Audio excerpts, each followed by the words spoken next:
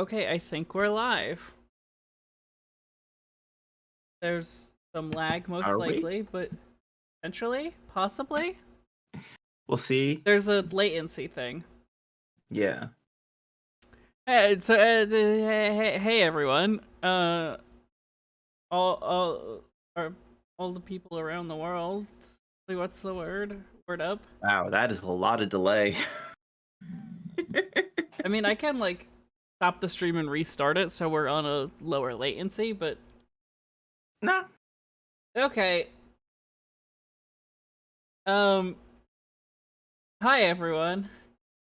This is different. This is different. We're on YouTube now.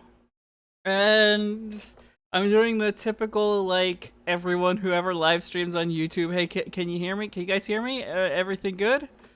That, like, every time anyone that I watch that does actual plays or, the other thing.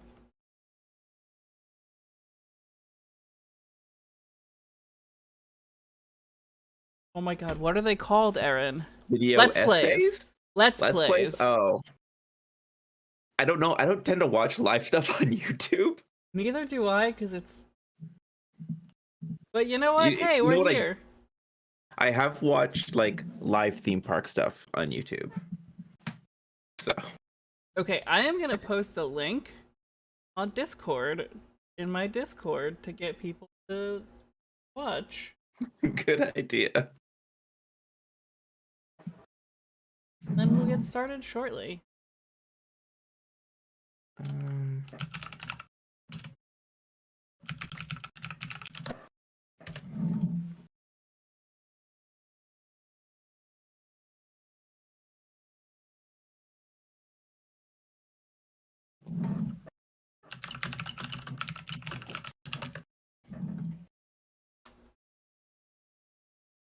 Okay. So it's been a bit since we last streamed. Hi Emma. Hi Aitsu. People. I don't ever have YouTube. Oh yeah, we're gonna need to put the... I guess we don't have to put the YouTube chat on screen because I added chat replay, so we should be good there. Cool. Okay. Okay. How's everyone doing tonight? Erin? I'm doing. Sounds about right. Okay. Erin, what is, Kat. before we get started? I guess we kind of just get started. There's no before all of this bullshit. We still ramble. Okay. Erin, what has you excited this week outside of the world of wrestling? There's a world outside of wrestling? Is it scary? There's a world outside of Yonkers. What? Hello, Dolly? Did you watch WALL-E? The Pixar movie? Yes. Yes. Okay. You would know that song from WALL-E then. That's the movie that he watches. Oh. I must have toned that part out. Beautiful. I am uncultured. What can I say? You're not uncultured. You're just vegan cheese.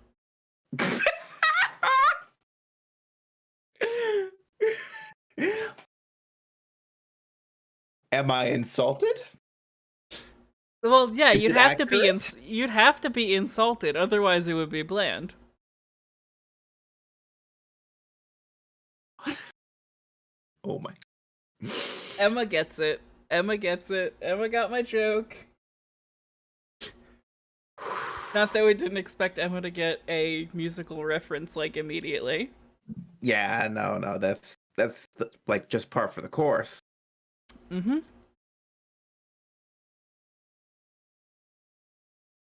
Anyway. What about you, Kat? How are you doing today? I am doing great. I got out of work early. Half of New Jersey is still flooded, so not so great. Yeah. But I got some food shopping done today, so I have all of my Shabbos food. I've got most of the stuff that I need for Rosh Hashanah, so I'm excited to celebrate my first Rosh Hashanah. I picked up a pluot and a starfruit, because one of the things you're supposed to do on Rosh Hashanah is eat new fruits. Interesting. As a way to, like, You're not going to turn celebrate. it into purple grade wine? No? I have real, actual wine. and Because you don't have 120 days? No, I don't. But what I do have is a project that I'm going to be working on this weekend. Oh? In addition to recording and editing and everything like that. Yeah. Because we have to get an episode of Chicks with Dice out this week. I am going to be making one of these. Oh dear. Because Taco is going to be a little candy corn. I'm also going to make one for Beckett, so when Emma comes down, they can bring it up back to Canada with them and slap that on Beckett. Should be adorable. Nice. That will be great. I cannot wait to see the pictures. I just need Mum to get me measurements for Beckett. Yeah. So that's what I'm excited about outside of the world of wrestling. What are you excited about within the world of wrestling? This entire weekend? This whole weekend? Yeah. Okay, so before we get started, how about we do the intro? Okay. Want to count me down still? 4, 3, nose. Hello, and welcome to Marking Out with My Girlfriend. This is my girlfriend, Erin. This is my girlfriend, Kat. And sometimes we do the normal intro. Sometimes we don't. Most of the time, we don't. Yeah. Is it still the normal intro if we don't do it that often? Oh, Emma's telling me to describe the thing that I held up. For those of you listening to the podcast, I held up a printout of a knitting pattern to knit a candy corn pet sweater. So it's adorable, it's exciting. I'm so ready to turn my little fur babies into friggin' candy corn. Make them hate me for a couple of weeks while it's still seasonal. So, back on topic. What are you excited about this weekend? This weekend, I'm excited for the whole weekend because this weekend is All Out. And it's also All Out. Yeah, we're going all out for All Out. Tits out for All Out. Not on YouTube. Not on YouTube. Also, if we want advertising revenue, we can't swear anymore. Shit. Fuck. Screwed that up already. I do believe it's just within the first minute that you're not supposed to swear. I don't know.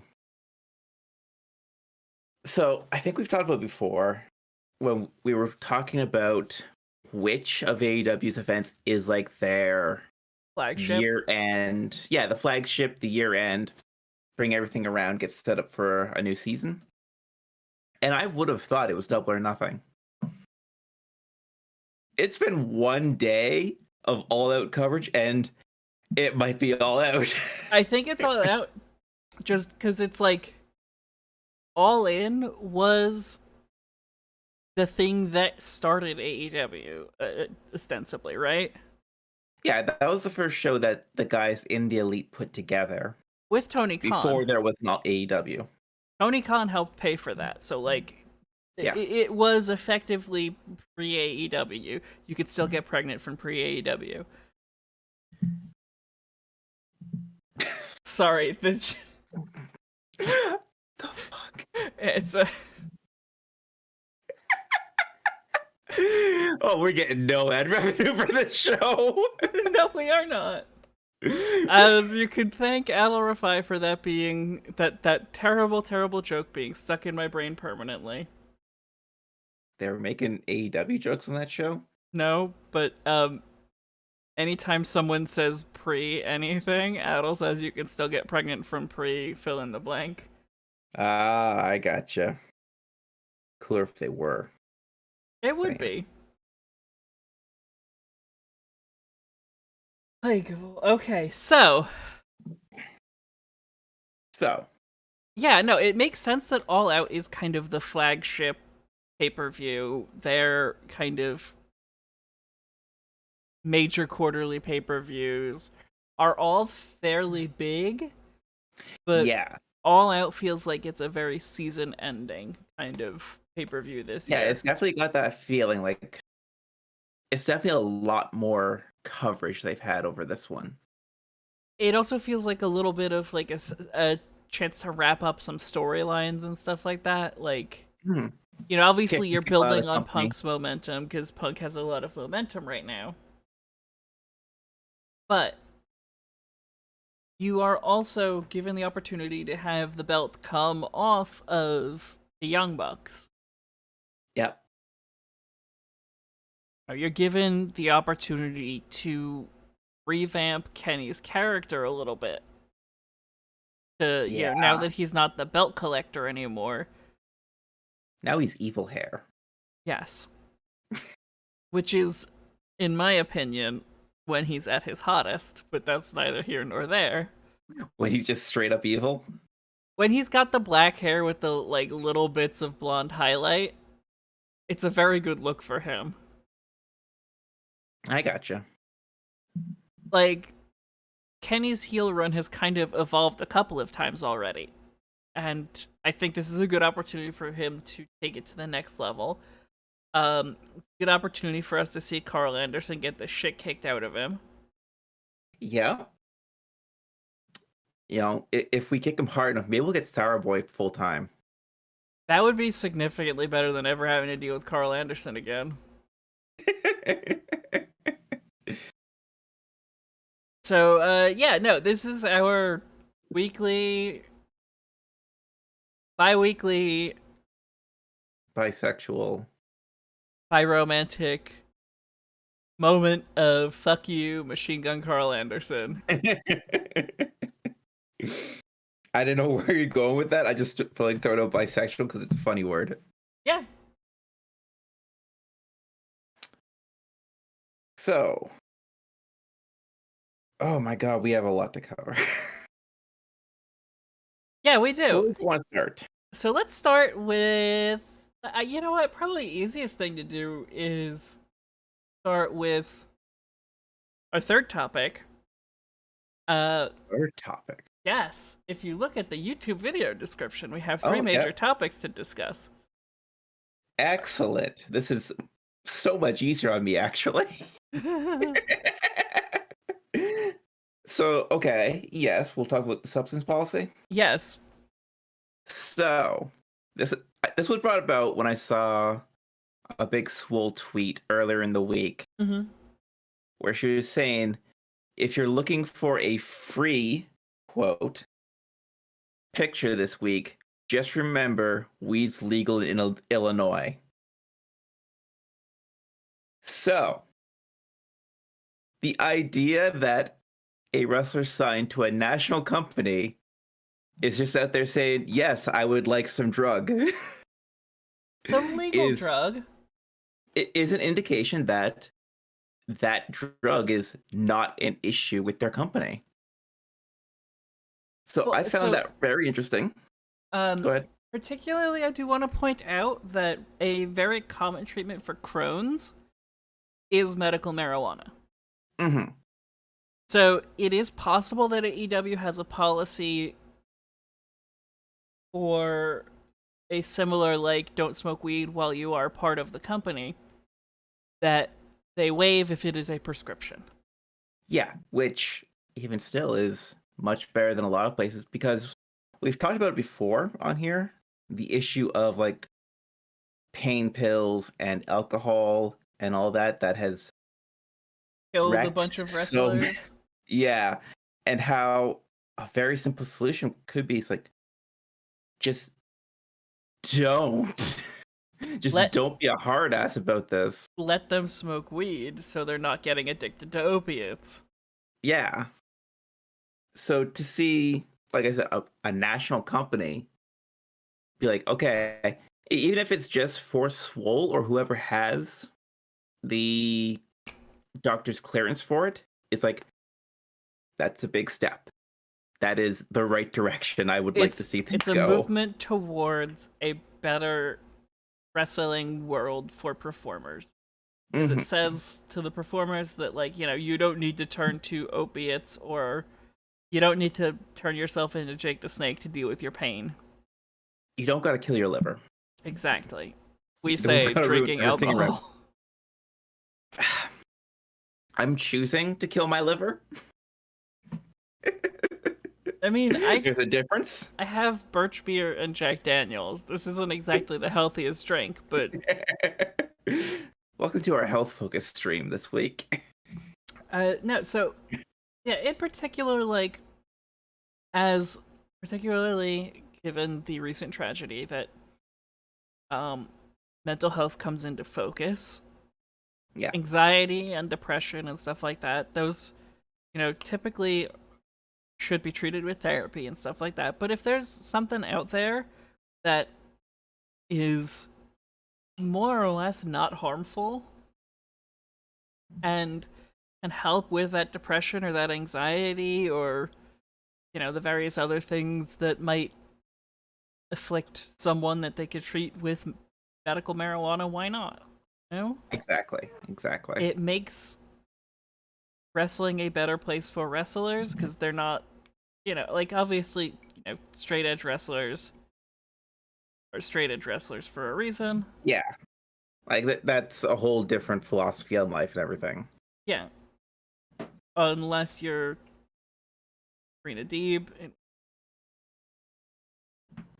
I mean, that was a very good storyline.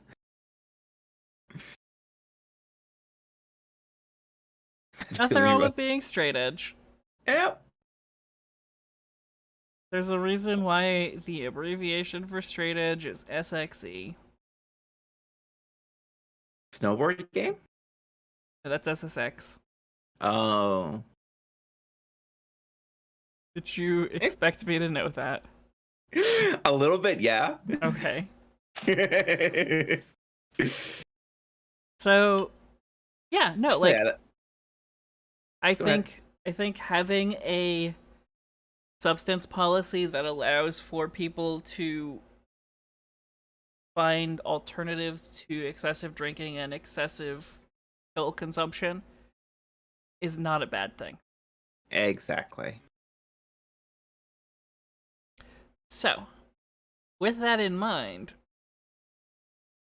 I've got my grinder all ground up. I'm not going to smoke on stream, but I am going to smoke after stream. Yep. Let's talk about our second topic, and this will be the one of two major long-form topics. Yep. All Out.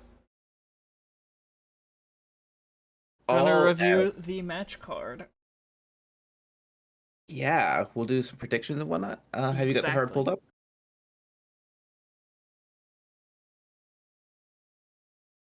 I am pulling it up right now. I got all my notes with all my predictions. Okay, I would like to start first. Yeah. With our AEW World Championship match, Kenny by God Omega, We're starting right from the main event. Okay. Christian. I mean, this is still an interesting match. It's not what we thought we were going to get, but they've done a pretty good job in the past 3 weeks of really hyping it up. No, especially with Christian taking the Impact title. Yes. It's done a lot to make this rivalry feel more real. And like, I get that it is frustrating that people wanted Hangman and didn't get Hangman. Yeah, we all had that initial disappointment about it after Hangman and the Dark Order lost their massive tag match. The Too Many Men tag match versus the Monstars. I mean, the Elite. Still one of the better multi-man matches I've seen. Yes. I think they cleaned it up real quick. The formatting of an elimination match works really well for a multi-man match like that. Yes. Definitely going back to the old Survivor Series style and how it gets more organized the longer it goes. Right. I still think they should have had a Tornado Cibernetico and the winner gets to challenge Kenny. Also would have been very cool. And if Kenny wins, no one challenges him. Just fights himself. Yeah. Which he'd have a 6-star match, let's face it. Yeah. How is he gonna put himself up in a one-winged angel? I don't know, but I think if he really had to, Kenny Omega would bend space and time.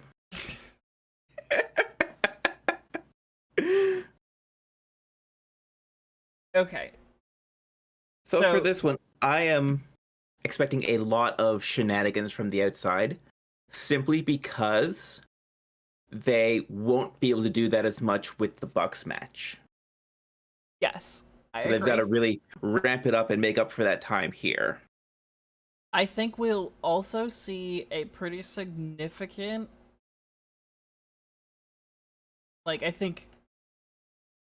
think we'll see significant influence in this match from Jurassic Express. Because they're maybe with Christian now. Yep. I think ultimately we're going to see Kenny Omega win because there's no reason for Kenny Omega to lose the title to Christian. Christian doesn't need a push to be over. As big of a surprise as that would be, it's no. It doesn't fit with what the storyline should be. Exactly, yeah. So I think this one, without a doubt, goes to Kenny Omega. Definitely goes to Kenny, hands down. Do we get anyone coming out afterwards? So there's been some challenge him. Because we probably still got a bit of time before Hangman shows up again. Yeah.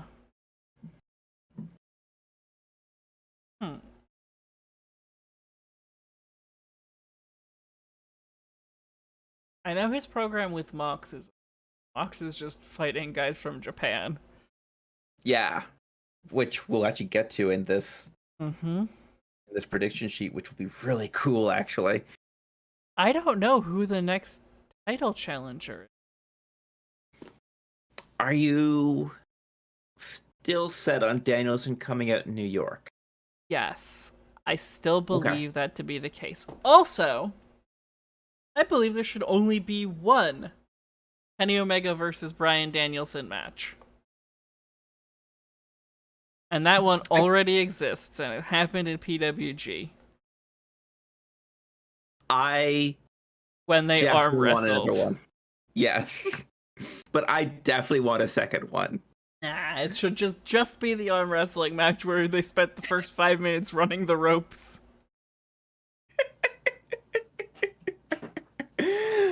Oh, yeah. PWG was something else. It was pretty great. But, it really was something else. Yeah. So, yeah, no, I don't think Bryan Danielson is the guy for this. I think they could have a pretty good short program going into October, and then we can get Hangman back to get us into November. We could realistically have a pretty good short program getting us to the tennis place, Arthur Ashe. I don't remember what they're calling that one.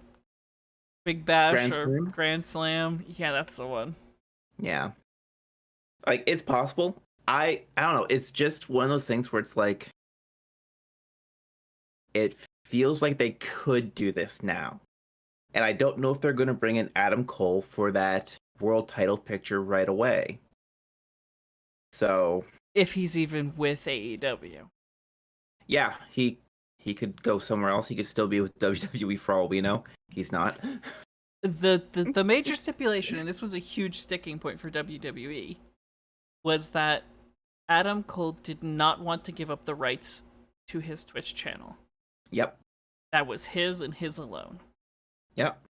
And he's cultivated a wonderful community over there. And I think that's a fair position to take as a wrestler, right? Like, oh yeah, this is mine. I built this. You do not have the right to it. I was Adam Cole before I joined your company, and I will be Adam Cole when I leave your company. Yep. Baby. And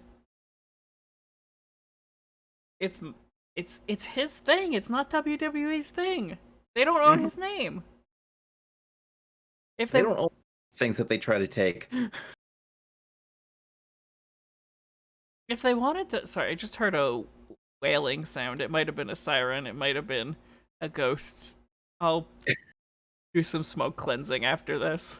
Okay, fair enough. Fact. Just bang some pots real loud. I didn't get no sleep because of me. That's exactly how I deal with ghosts now. Put my lighter. There it is. So anyway, I just think it's interesting that WWE is being such a stickler about things. They're so adamant about it. And it loses them top tier performers. Yep. Like, not letting Danielson wrestle in Japan. Not treating CM Punk's staph infection. Yeah. Just, not putting over your own talent in favor of Bill older. Goldberg. So yeah, we're both saying Kenny. One of us is saying surprise entrant afterwards. One of us isn't. I'm just not sure who I'm not sure it's going to be a surprise entrant. I think it's going to be someone currently on the roster. I just don't know who's gotten a lot of good TV time. Or, frankly, if they even consider TV time versus, like... I know with the women's division, if you do well on Dark, boy howdy, you're going to get that women's title shot, because that's the only place they let women wrestle. Same with the tag team division. How do you think the Gun Club has got so much attention? Okay. Wait, I got it. What's his face? The guy who hangs out with 2.0. Garcia? Yeah. It looked like they're setting him up for something with Punk, though, so we'll see. I definitely want to see that. Okay, it could. Okay, now. If Punk goes over Darby, which I'm skeptical about, we'll get to that. But in theory, if Punk goes over, a very interesting person title picture. He really could, yeah. But at the same time, there's a lot of the younger guys that he has personally listed off that I think I'd want to see him work with first. That's fair. Has Kenny had matches with Orange Cassidy? Yeah, right? The three-way, yeah. Singles match against Orange Cassidy, then? Maybe. It would definitely be awesome. Surprise entrant from Japan? Someone golden, maybe? That's the dream. We know it won't happen. The dream. I've been dreaming that for 2 years now. I will music hitting. I will never stop hoping that Kota Ibushi shows up in AEW. Yeah. Until either Kota retires, Kenny retires, or it happens. Yeah. No, yeah. Okay, so we just talking about it. CM Punk and Darby Allin.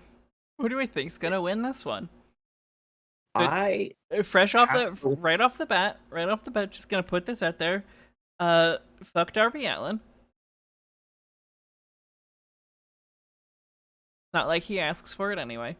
And two, you don't let the hometown boy in his comeback match lose. No, and that is something that AEW has really done well with the people in their hometowns actually getting them over and letting them be over. Right, rather than punishing you for being at your hometown. Exactly. Which is a very Vince McMahon sort of a move. Yeah, I definitely think Punk is going over in this one. I don't expect it to be the last time they have a match together. No, I don't think so. Yeah, I would expect Darby to come back like either Full Gear or maybe even around New Year's. Right. To get that win back. Yeah, I can see that. Yeah. Depending on where everything is in the title picture and everything like that. Exactly. You know, always circumstances pending. So then we're both agreed that in our first two predictions, Kenny and Punk are the winners. Yes. We're gonna go with the veterans over the more of a veteran and younger guy. I don't know where I was going with that. Here's our next topic. My favorite boy, MJF. Yep. Versus Chris Jericho. Okay, you just want to say this at the same time then? 3, 2, 1. MJF. Wardlow. Okay, yeah, Wardlow. No, I'm saying MJF. If Wardlow shows up, then all of us are winners. Yeah, usually, yes. I do enjoy looking at that man. Given that my sexuality is, Wardlow's a pretty good-looking guy. I can appreciate him aesthetically. So the big thing of why I want to go MGF in this match is simply because of the stipulation. Right. We've seen so many career matches, like career on the line matches over the past 2 years. Not even just from AEW. And none of them have panned out. Like just last week an NWA had one. Yep. For their world title. I think it would be really interesting to have Jericho lose that match. Yes, it would be with the stipulation. I believe the stipulation is that Chris Jericho will never wrestle again in AEW. Yes, so he's open for anywhere else. And he's open for any other persona. Yes. If he is not billed as Chris Jericho, he can get in that ring. Also, it would be nice to have a former wrestler on commentary who isn't going to get back in the ring. Yeah. I'll be completely honest. Yeah. I appreciate Mark Henry for not doing that so far. Give it time. I know. And I kind of feel the same way about this match as I did way back when. Yes. With the Undertaker versus Brock Lesnar match. Whether it was a screw up or not that ended that match, with Brock ending the Undertaker's WrestleMania streak, it was at the time Brock Lesnar was the only active wrestler that could take that much heat from the crowd. Yeah. That could laugh at an entire arena of people booing him senselessly. Booing him senseless? I used too many syllables there. Booing him Mercilessly. indiscriminately. Yes. And I think the same thing with MJF right now, actually, is that he has built up so much that this is really nothing extra on top of him. What are they going to do? Boo louder at this point? Right? They've had people jump in the ring to get this guy. People fucking hate MJF. I adore him. I hate MJF while the cameras are on. And you know what? Like, I hope he starts celebrating Rosh Hashanah on Monday at sundown, that he gets to welcome in a very sweet new year with a victory and then Chris Jericho's AEW career. Yes. Yes, definitely. That will surely make for a Shana Tova. And let's be honest, Jericho's had a very good career. Yes. He has nothing. There is nothing left for him to feel sorry about not doing. Maybe the TNT title. He came in as the first AEW champion. You don't go back down. Yeah. Oh, I know. That was a joke. I'm sure Miro will let him hold it every once in a while. God's favorite champion, Miro. Oh, I love that man. Speaking of which, let's talk about that one next. God's favorite champion, Miro, who only lays down after a match for his wife, who is very hot. Hot wife. And double jointed. So, I now completely understand how much Miro was wasted before. Yes. This man is amazing. Like, letting him be weird and horny about his wife, like, the ultimate wife guy in professional wrestling. Yeah. That's such a cool thing to be. I absolutely love it. It's great. I'm excited for Miro to be champion. I'm excited for Miro to continue to flourish. Yeah, and like his promo work has just been top notch. It's like definitely A-rank promo work. Yeah, it's the same idea as like the Aleister Black thing before, where he'd be there. It's like, someone come and fight me, and no one's coming. So he's just repeating louder and louder, like, no one is coming to fight me. But it got to the point where he went and got them. Like, he's gone out and got Fuego. He's gone out and got Eddie now. And he's on such a tear, and I love it. It's such a good look. That said, I really want Eddie Kingston to be a champion. I do too, but because like Miro might be an A-rank, like A-rank at his promos. He's up against the S rank, the S+ rank. Yeah.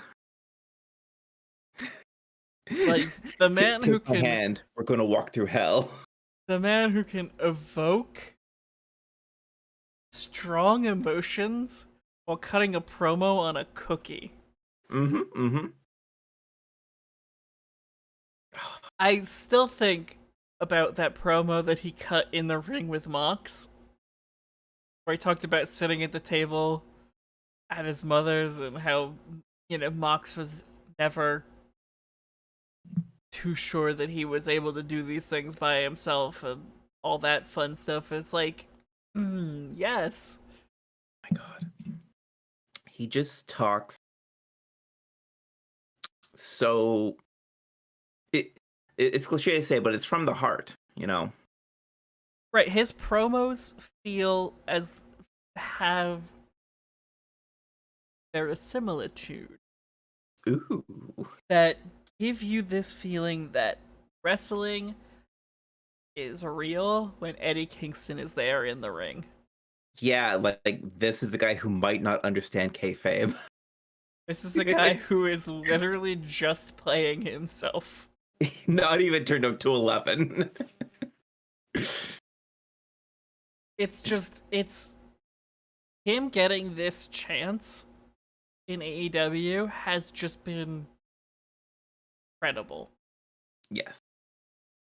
And just like this is what's going to cement him in like history, and he deserves it. He's an incredible promo worker. Like, you don't get better than Eddie Kingston. Yeah.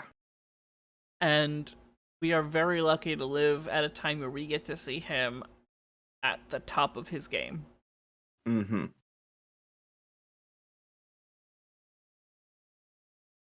Eddie did save face off of an explosion botch. That's a good point, Aitsu. Yeah, he just had a friggin' heart attack in the middle of the ring.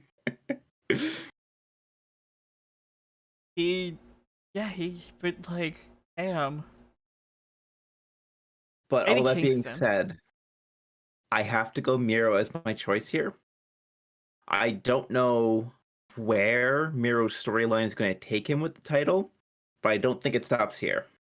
I wish it weren't true, but I agree. I know you don't. I'm going to be rooting for Eddie Kingston and pretending that I think he's good. I will be happy to be proven wrong here. Yes.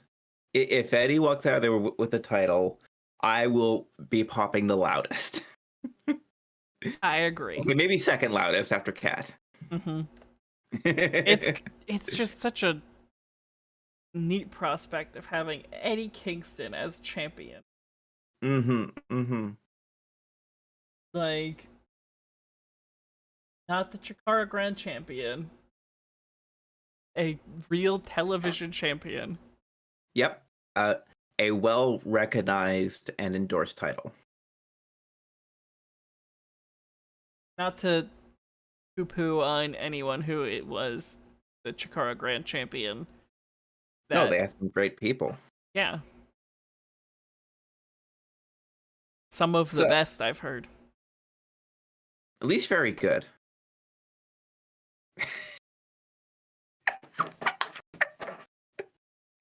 And we got there. Yes. Okay, so we're agreeing that it's going to be Miro over Eddie Kingston. Miro, but we're hoping against hope for Eddie. Okay. Then let's talk next about the AEW Women's Championship. Oh my god. Now, we know Britt Baker is going to retain. So here's our question. Over or under 10 minutes? Oh, you're gonna put me on the spot here. Under. I am going to... I want to say over, but I am unoptimistic, and I will also say under. Yeah. I think they will get about 8.5 minutes. And Britt Baker will retain. With interference from Reba. Yeah. Now, this is something interesting that I would like to point out going into the Women's Casino Battle Royale. Oh? Is Britt Baker's current persona. I totally didn't turn on this light. Now you can see me fully. You're very shadowed. There we go. That's better. Now it's bouncing off the wall. So Britt Baker right now is almost being pulled into like a tweener kind of role. Well, people love Britt Baker. Like, there's no question about it. Britt Baker is one of the most popular wrestlers in AEW. But she undoubtedly works heel. So doing that and having the crowd behind you, it's technically possible that anyone in the Battle Royal makes sense as an opponent, because you don't have to look at just heels and faces. That's true. You can just let it be like a really cool Battle Royal. Yeah. And that was something I was just thinking about the other day, and it's like, no, that she's been pulled into there by the crowd who just love her for everything she's done over the past year and a bit with her injury. And I it's kind of cool. Right? I love seeing it. I like getting to watch Tony Schiavone be a simp. Yes. And a pay I'm not pig. convinced. I'm not convinced they won't go with the Findom angle at some point. I'm fine with Tony Schiavone being a pay pig on national television. Yeah. She's at the Rock level of heel. Exactly. Like, I think, what was it, WrestleMania 37? I think was Rock and Hogan, where the Rock in the ring basically asked the crowd if he was going to be the heel that night. He's like, okay, this is where we're going from here. It's the same kind of thing, just a different scale. Yeah, no, I think, like, what I want to kind of, like, emphasize is that it really could be anyone from the Battle Royal. And any of them would make good opponents. Yeah. Speaking of which, have a really strong women's division. Who do we think is going to come out on top in the 21-woman Casino Battle Royal? Do you have it pulled up? Battle Royal pulled up. Hold on. Okay.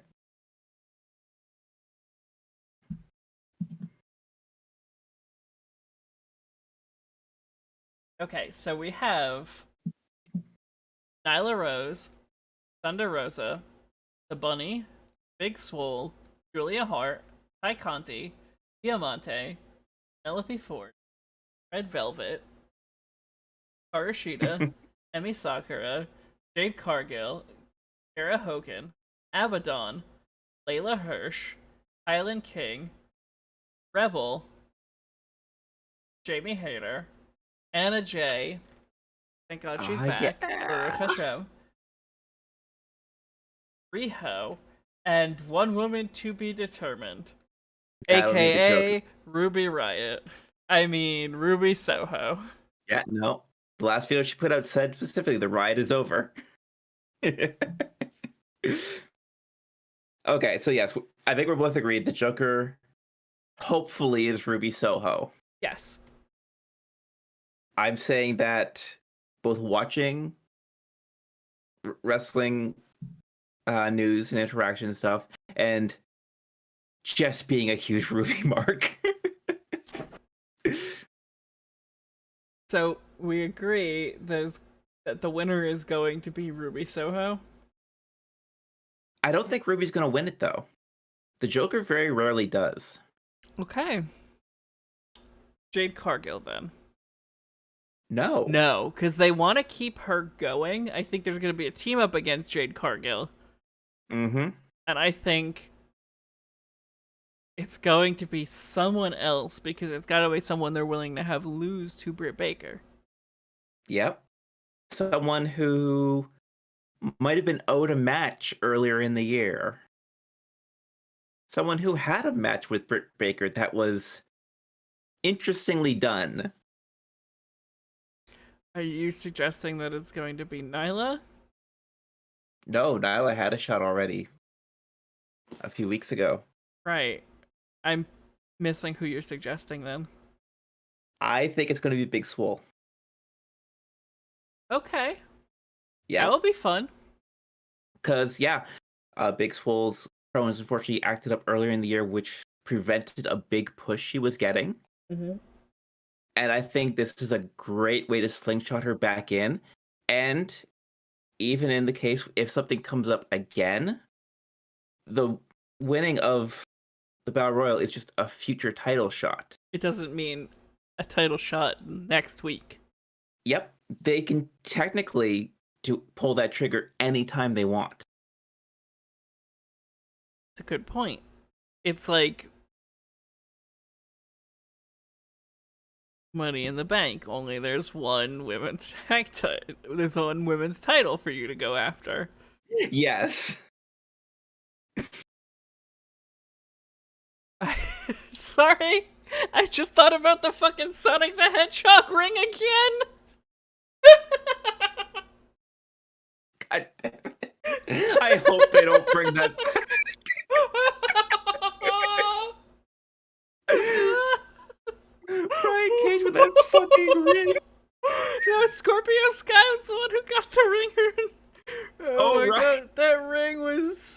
fucking funny.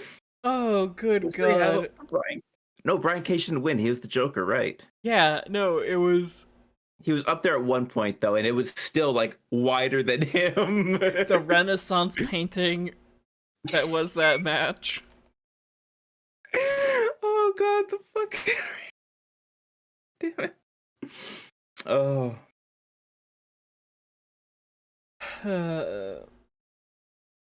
So, yeah. Okay, so your bet is on Big Swole. Yes. Who are you saying? I think it's gonna be Ruby. Okay. Because it'd be the first time they pulled the trigger on the Joker winning the Battle Royal.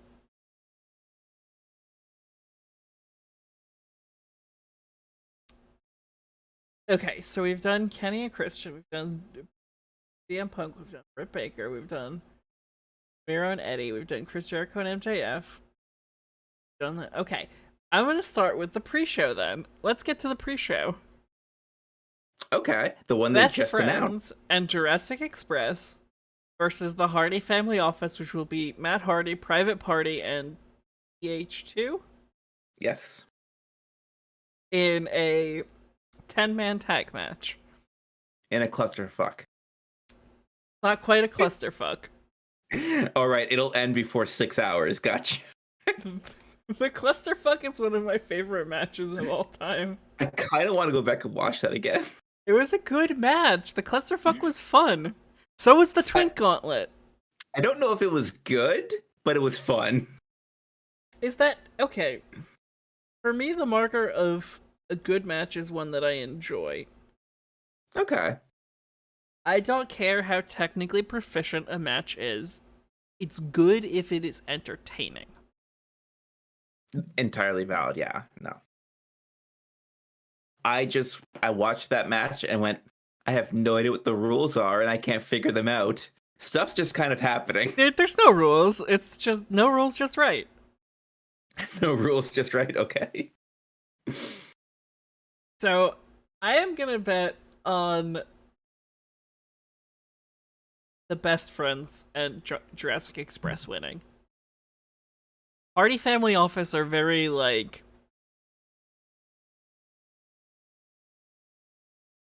the way that they've been booked has made them very unimpressive. A little bit, yeah. Like, they're very persistent, which I will give them credit for. But ultimately, they haven't kept the upper hand in anything. Their programs also just go on for too long. That too, yes. So hopefully this will be kind of an ending to this and they can all just move on.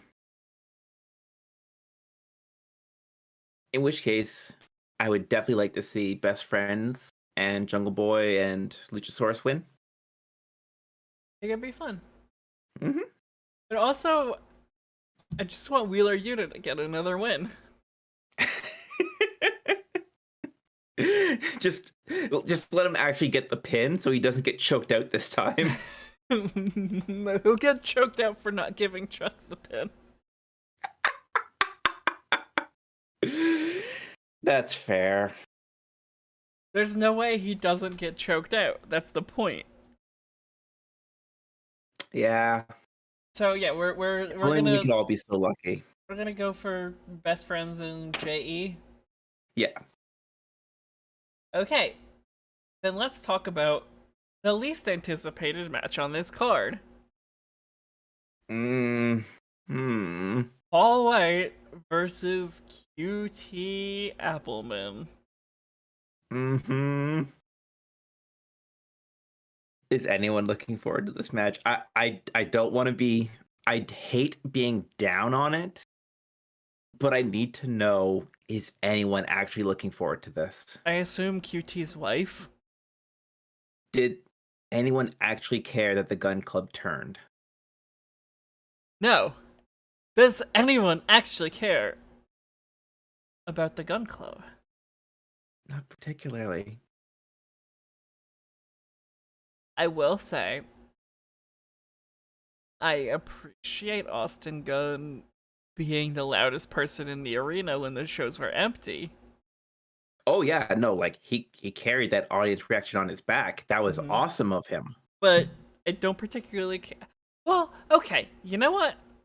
I'm not going to be pessimistic about this. I'm going to say that this is a good opportunity to get us to maybe start caring about the gun club.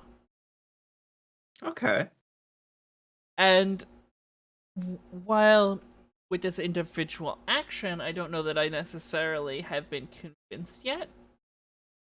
I think there is potential with having the gun club as heels to move them off of the YouTube shows and, have them actually try to do something. Okay. And, I wouldn't be opposed to that, especially as AEW continues to hint at a trios division. Yeah, another thing they should just pull the trigger on. So rather than crapping on the gun club, I'm going to say I hope this goes well for them. Okay. Wait, Emma needs to share something. That turn really did make me realize how big Billy is. I know, right? He doesn't look up far to the Big Show. I mean Paul White. Sorry. Okay, Jim Ross. Oh goodness. Okay, I get upset at Jim Ross for those things, but it's one of those things where I think it's actually just excitement coming through to where he falls back on like well-established things in his brain. Right. It's JR being hype is when he forgets people, when he forgets the new names of male wrestlers. When he forgets women's wrestling names, it's because he doesn't care. Or he's not looking at their names.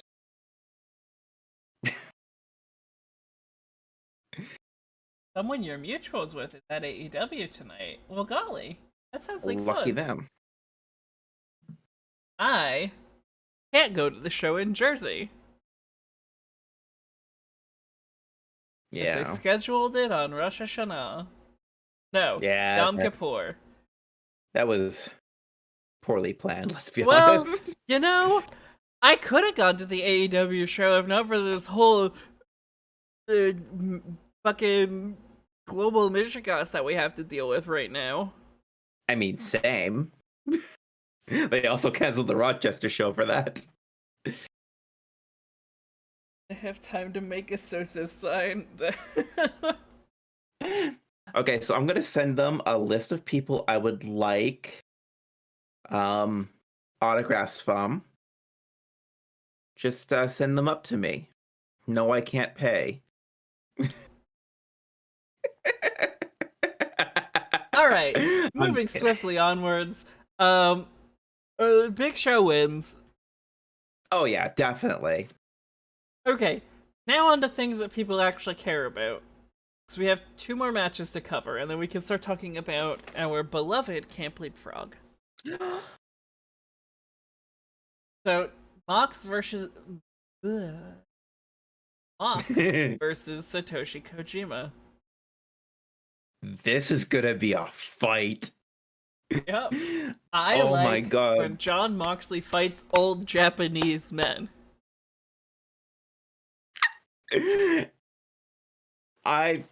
Oh God, I'm actually really looking forward to this. I didn't think I would be when they did like the whole sending off a whole stack of contracts to New Japan. It's like, okay, if they get something back, it'll be, I don't know. Then it's like Satoshi Kojima. Yeah, I want to see this. Like, here's the thing.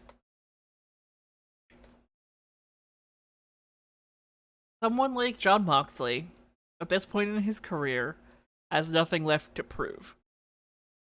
He has been AEW champion. He has done the WWE. He has had a really rough start of it in the indies, but then eventually got good. After his whole thing with, like... There was that feud he had with Robert Anthony, who at the time was a masked wrestler, as the Ego or something like that. Spanish. It is a whole deal. Mox has had some really good work and has kind of like hit that point in his career where in essence he's doing a victory lap. Oh yeah, he can do anything he wants whenever he wants, basically. Exactly. And Which brings me to thank you, Aitsu. I hope this leads to Minoru Suzuki coming into AEW and having a match with Moxley.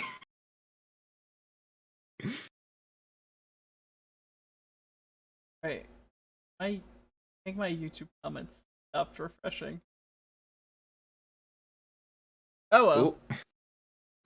Just refresh the page. I guess. If it takes us offline, it takes us offline.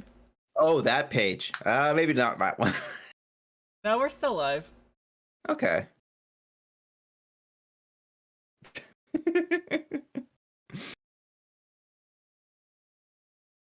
So yeah, no, like I think this match is gonna just be the best kind of brutal. Oh yeah, like it's just gonna be a slugfest. You'll see a couple holds, sure, but like this is gonna be pretty much a hoss fight. Let's be honest. Yes, but in a very like Jon Moxley sort of way. Yes. Yes. In the way that he brings this, like, the level of violence that he brings to even his, like, so Mox specifically has said that he prefers worked strikes. Yeah. Like, he prefers to deliver a worked strike over a, like, you know, a stiff strike. You can make him look stiff as hell. He prefers that worked strike because it's better for you, better for your opponent to, work your strikes. Yeah, you can do 20 of them in a row, or you can do 2. Exactly. You're going to get farther on the 20. But the way that Mox works is genuinely so believably brutal. And I'm just excited for him to have all of these crazy brutal matches. Yeah. While he just wrestles guys from Japan. Like, heck yeah. Yeah. That said, the real match that I think everyone is clamoring for Mox to have versus Toru Yano. Kat. My beloved. Yes? We cannot subject an American audience to that level of brutality. I know, but at the same time, I think they need to see it. It's not... I mean, okay, admittedly, Nick Gage was a little bit less violent than this would have gotten. But I think the audiences are primed for that kind of thing after having seen that death match. Okay, but AEW can't host it. Why not? Because you saw the version of a death match they did with Nick Gage. Like, I don't think they can control this atmosphere to just that. Yeah, I think it's got I think it's got to be on AEW though, because and it's got to be a pay-per-view. It's got to be a pay-per-view, yeah. Yeah. Like after the show, separate buy-in, full disclosure. With like an NC-17 rating. Yeah, easily. Yeah, I think that's got to be it. No. I mean, I will still pay for it. I don't know how much of I could watch. Gonna be rough, but I think it's worth watching. This is like a BT skit I'm just trying not to crack. I got a really big problem here. Oh my god. Not Sour Boy, he's the worst. It worked. I got you to break. Okay, tangent for real quick. I love how BT has gone back to those skits that just run an obnoxiously long time until one of them breaks. It is very Because good. that's the cut. The cut is when one of them starts to corpse. Yep. And it's usually Matt. Let's be honest. Okay, and tangent. So, in the case of John Moxley and Bread Dad, I'm going Mox. I gotta go Bread Dad. Hey, I think this is our first time disagreeing. I know. The Battle Royal, which is like a close-up anyway. Yeah. Okay. So then, last but certainly not least, for AEW World Tag Team Championship in a motherfucking steel cage. In the oversized cage they gave Cody where he almost broke his foot. The Young Bucks versus Santa El Cero Miedo and Rey Phoenix. The Lucha Bros. Who's going over in this one? I do. I win. I don't care what happens. I'm gonna win. Just for seeing this match, I'm a winner in life. Yeah. Okay, but honestly, I think the Lucha Bros are gonna win it. I think at least one title needs to change hands at a pay-per-view. And Oh, yeah. I don't think Miro loses, and I don't think Kenny loses, so it's gotta be the Young Bucks. Yeah, and honestly, it feels like just that time for their reign, and that they've gotten so obnoxious that Tony Khan had to take special notice and put in this stipulation and run a full tournament to find challengers. Hmm? And it's just, they're all four of them are going to go in there and put on an amazing spectacle, and they have to lose it. The Bucks the Bucks are gonna lose. There's no ifs, ands, or buts about it. Yep. So that's our match prediction. Erin, it's now 8 o'clock. We have an hour left of the show. Oh, I don't know if we have enough time. Cover. Erin. Oh, I see it now. I'm struggling to read your handwriting here. Yeah, I know. I have chicken squid. Hi, Moki. Hello, Moki. Welcome. Thank you for finding us on the new channel. So, Erin, why don't you give us a little bit of a primer on why we're so excited for Camp Leapfrog's Trail Mixer? Trail Mixer. So, on September 12th at 1 p.m., I think, In Williamstown, New Jersey.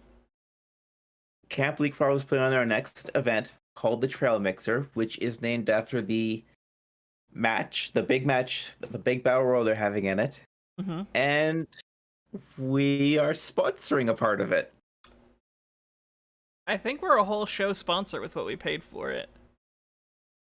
I don't know what all it is. I haven't heard any specifics back. We are sponsoring. I think we're like sponsoring at least 2 matches and mentions throughout the show, I think. Something like that.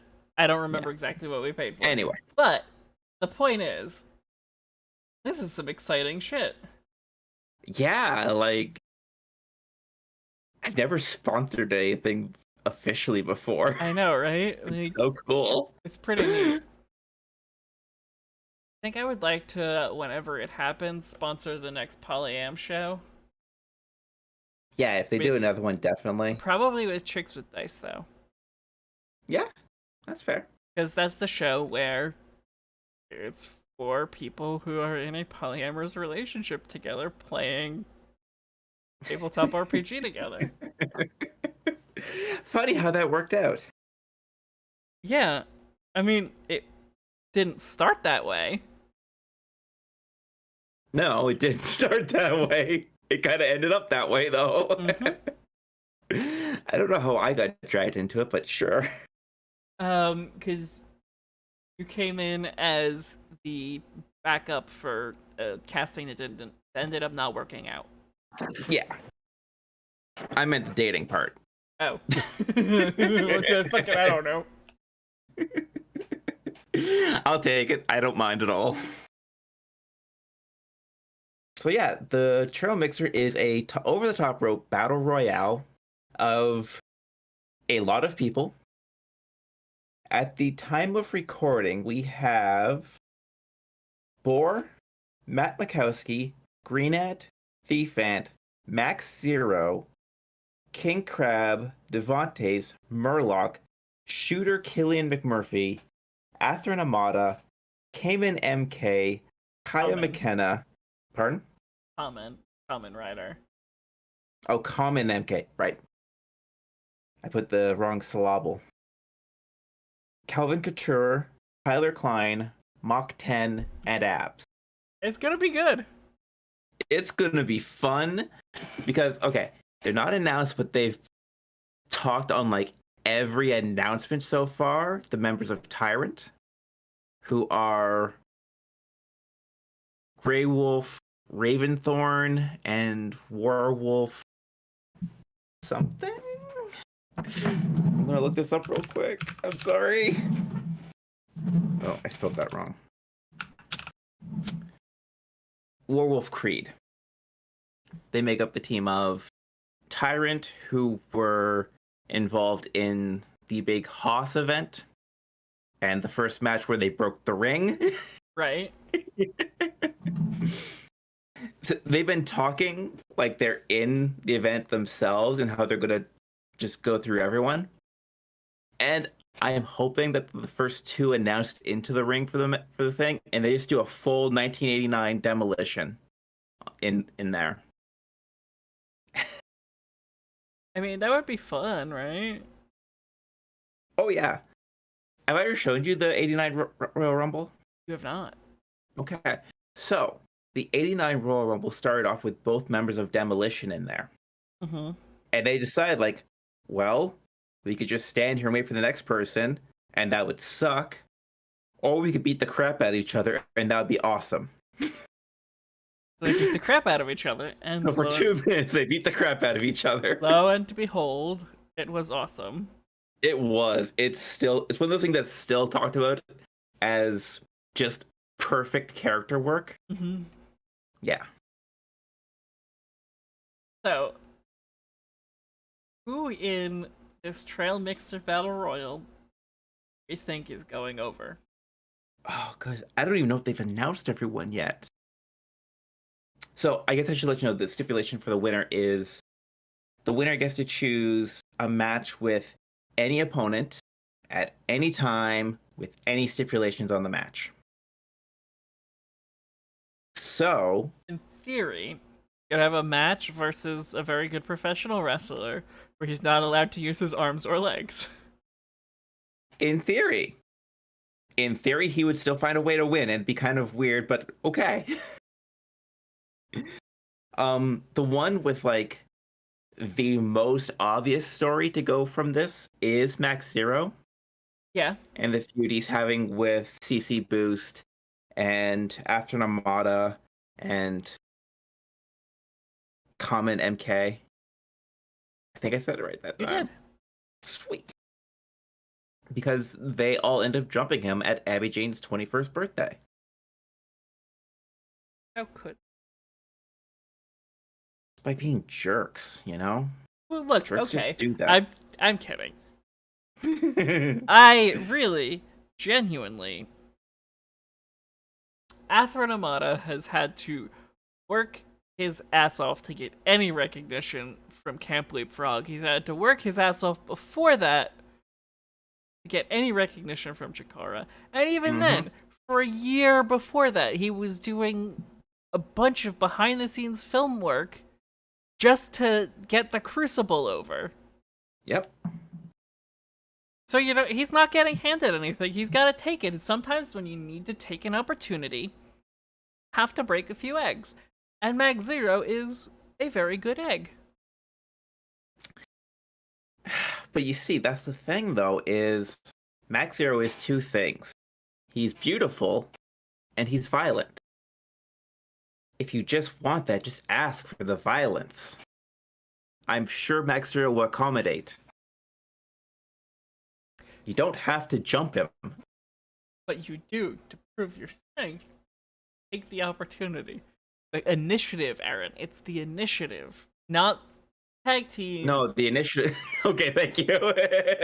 But we're on the same wavelength. But the desire, the willingness to do whatever it takes to get yourself the chance that you deserve. That's what's important. Well, then I guess Afternoon's got to win this match to get whatever chance he thinks he deserves. Well, I think he will. Okay, then. I am very much looking forward to the whole match. I think it's going to be amazing. And I just love Camp Leapfrog's production in general. It is very fun.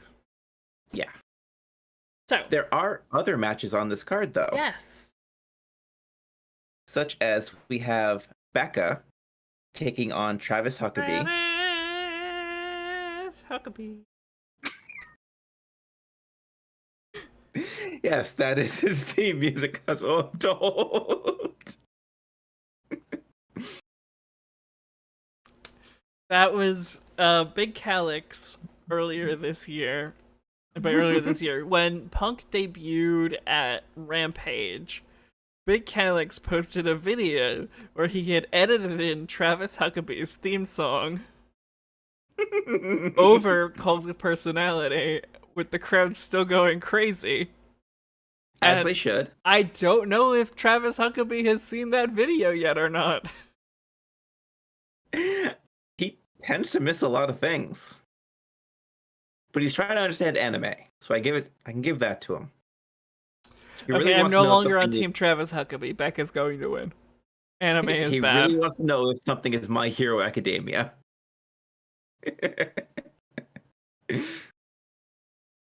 Anime is bad. I mean, he'll probably agree with you. Anime is wrong and nobody should watch it. We also have a three-way match in one of my favorite storylines this year. Nobody look at the big old box of Gunpla that I have over there. Anime is bad. Okay, that's fair.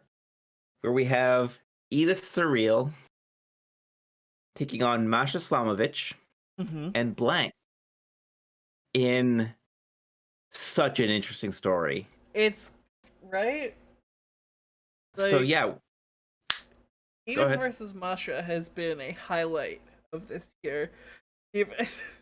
Although, if you did watch, what was the life of Edith Surreal, there was that little hiccup at their match where they were waiting for Edie and Edie was waiting for them, and then they ended up not having enough light to finish the match in the snow. Yeah, that stuff happens.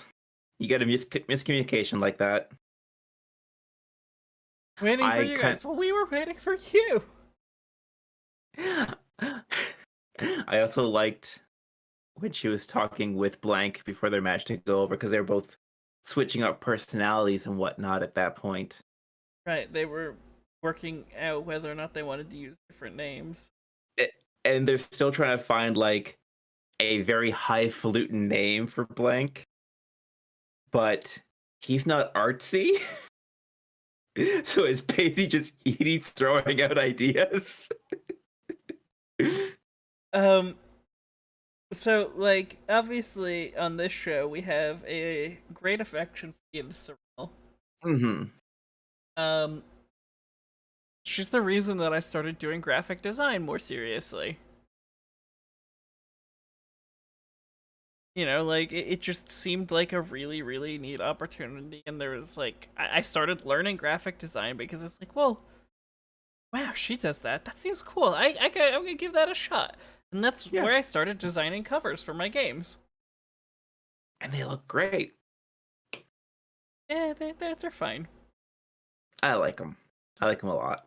I appreciate that. I'm not going to self-aggrandize in any way, but I'm also not going to compliment. So thank you. Okay. Fair enough. So, this storyline started between Edith and Masha at their death match back in February. Yes, because there was Yeah. still snow on the ground. Yeah, they had a really snowy death match where Edith managed to win that one, and Masha just kept pursuing her and pursuing and attacking, and eventually Edith did get injured and wasn't able to compete. So for Abby Jane's 24th birthday, Blank stepped in her spot and had a match with Slamovich, and he ultimately lost. And when Edie came in after the match to check on him, because he got jumped after that, I believe, right? Yes. Yeah. Edie went and checked, and Blank pushed her away. You know, kind of shouting like, "Where were you in all of this?" It's like, well, she's not covered to wrestle. She technically shouldn't be in the ring right now. Huh. Did a very good run in heels, though. Yes, she did. And so we end up here at a 3-way dance match with Edie, Masha, and Blank, just to put this all to rest, hopefully. And kind of give Edie that separation from Blank. Yep. He's been looking for that for a while, right? Like, you know, their pairing was very determined by Mike Quackenbush. Yeah. As much as I love seeing them together, like the idea they're great together, and I love them together. Yeah. But at the same time, like, giving them an opportunity to fight each other is also a really inspired decision because their chemistry goes both ways. Kind of like Erin.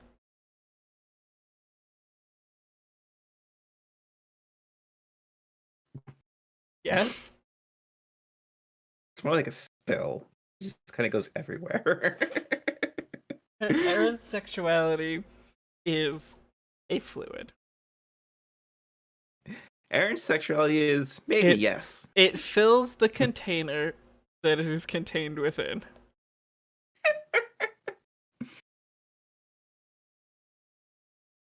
Listen, I'm not being horny on Twitter, I promise. Okay.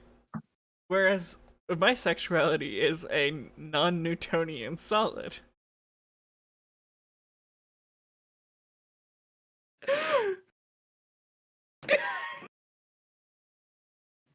Explain. I want the full explanation here. If you poke at it too hard, it turns solid. But if you're a little slow or you're a little smooth and you just kind of slide your way in there, I'll maybe be a little bit more fluid.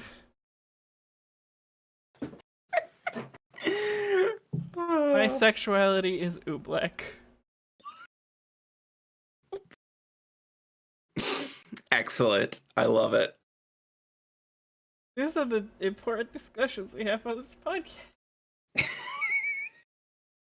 Okay. It's a good thing we wrote tangents into the description. Who is your prediction for Edie versus Masha versus Blank?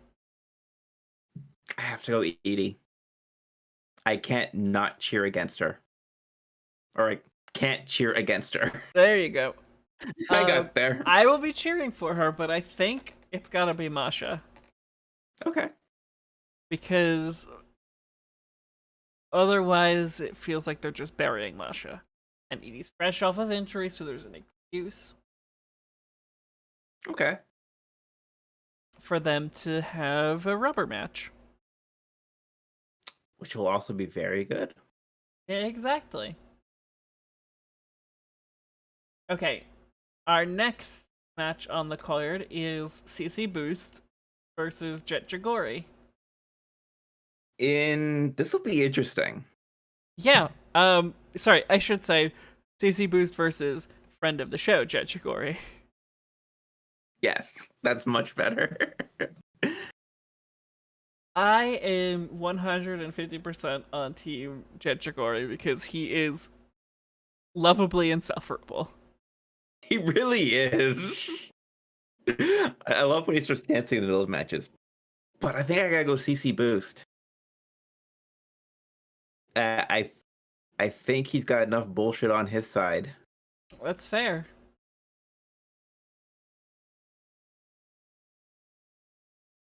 After that, we have Abby Jane and Dan Champion taking on the team of Crush Cakes, which is Crusher and Pancakes.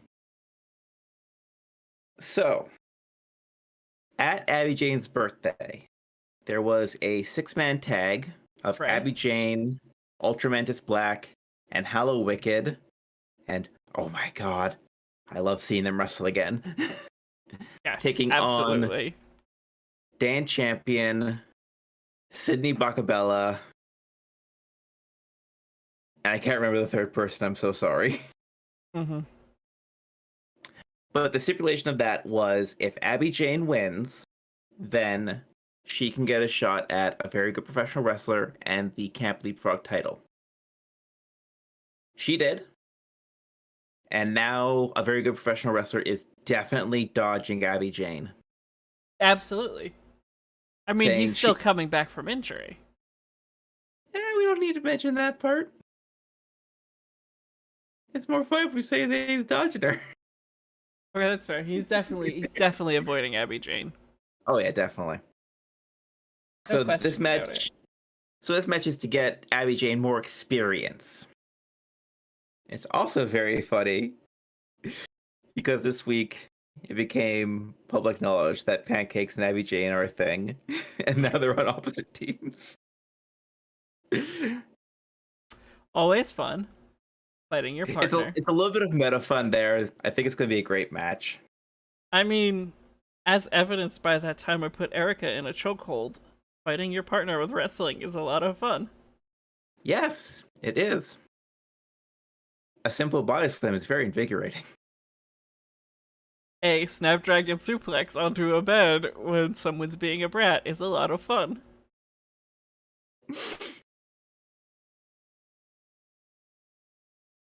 I've only done the body slam to you. Yes, I know. Emma's been Snapdragon suplexed. I know. We have a very weird polycule, huh? We're very violent people, actually. Affectionately violent. Yes.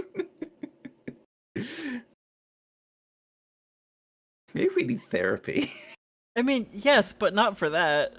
Oh, okay. I think it's very clearly established that the violence exhibited is A, consensual, and B, in good fun. Yes. We're like fucking Simba and Nala. Which of us is gonna run away from home? Probably me. But also, Okay. which one of us is giving bedroom eyes?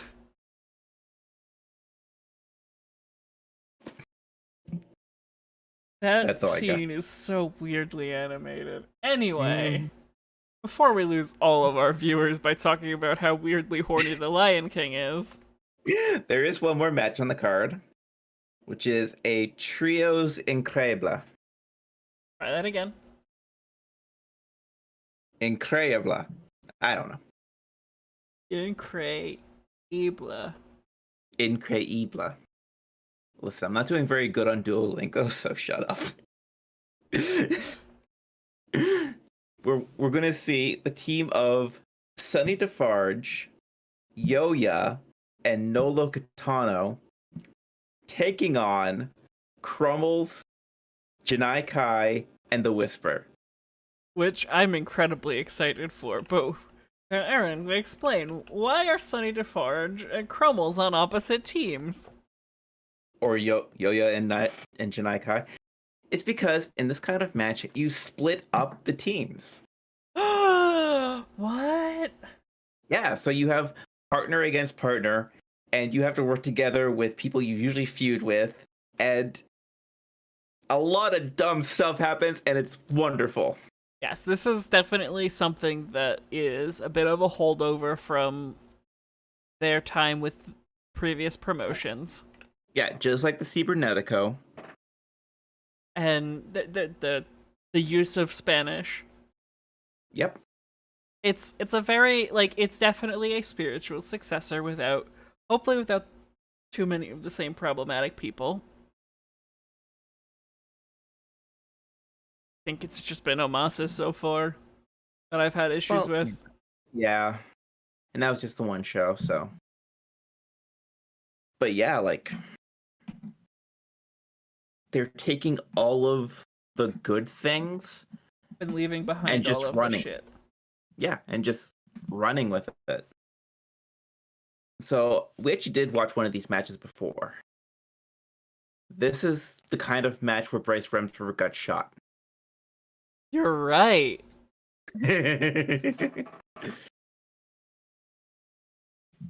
That's a good point. And then Bryce Remsburg sat up like The Undertaker and ended up winning the match despite being the referee. Yep. So back in one of the Chicago shows, I can't remember it off the top of my head. I'm sorry. It's not quite like Anniversary of Scotch Miss, which I know because of Boomer and very good professional wrestling I have in their match. But yeah, you have one of these trios match. This was like a quad match, I think. An 8v8, so. Whatever. But at one point, they had a guy whose part of his gimmick was he could handgun. And one of the other people tried it and accidentally shot Bryce Remsburg. So they're all like slinking out of the ring and up the ramp, trying to get away so that nobody notices that they shot the referee. You know who was in this match? 2.0 was in this match. Oh my god, you're right. Yes, because Matt from 2.0 was the one who shouted, "Hey guys, we can cheat." And they just all started cheating. Oh gosh, what a match. Oh, it is among my favorites that I like to go back to every once in a while. And like, that's nothing to say on this match because you probably won't have that. But I have fond memories of this match style. Yes, no, this style of match can lead to some good shenanigans, and we know that Camp Leapfrog is not against shenanigans. Definitely not. We know Chris Levin is not against shenanigans. We are definitely not. So, I'm excited for a match that is mostly shenanigans. Mm-hmm. Now, there is still matches and entrants to be announced for this. I'm kind of hoping we get a tag title match. The Reyes de Ranas. What does that mean, Aaron? The Frog Champs. Froggies. Which is so perfect. I love the frog theme. I do too. I'm a gay person. We love frogs. I know you are.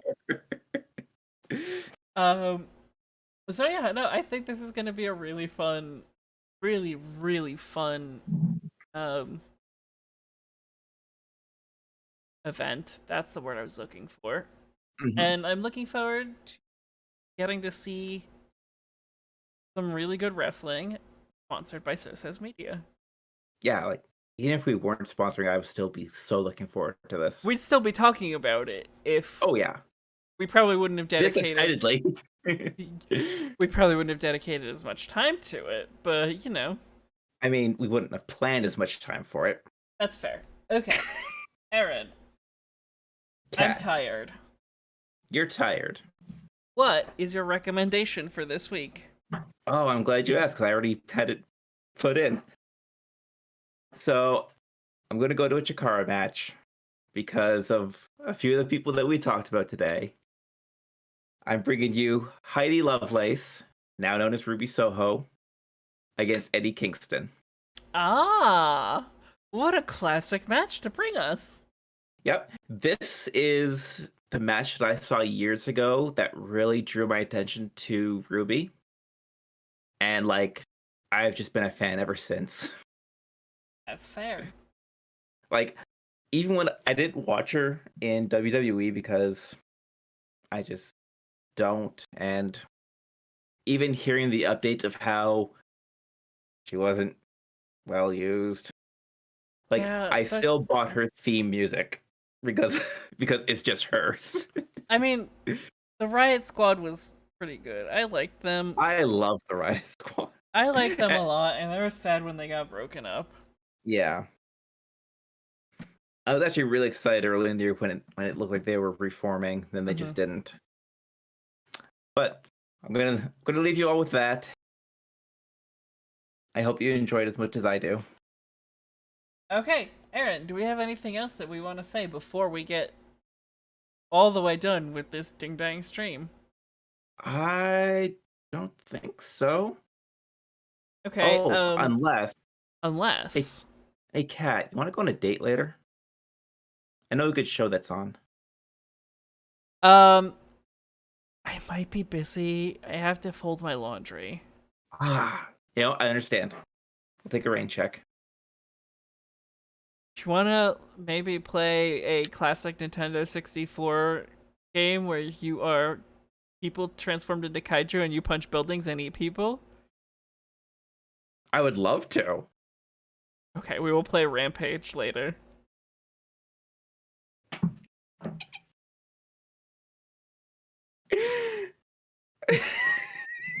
Okay, I'm done. I give up. I quit. It's an I quit match, and I quit because my own pun killed me. Yeah. Alright, so I appreciate the hell out of everyone stopping by. Since I won't see you before the new year, Shana Tova. And have a wonderful night and Shabbat Shalom, everyone. Goodbye. Mwah.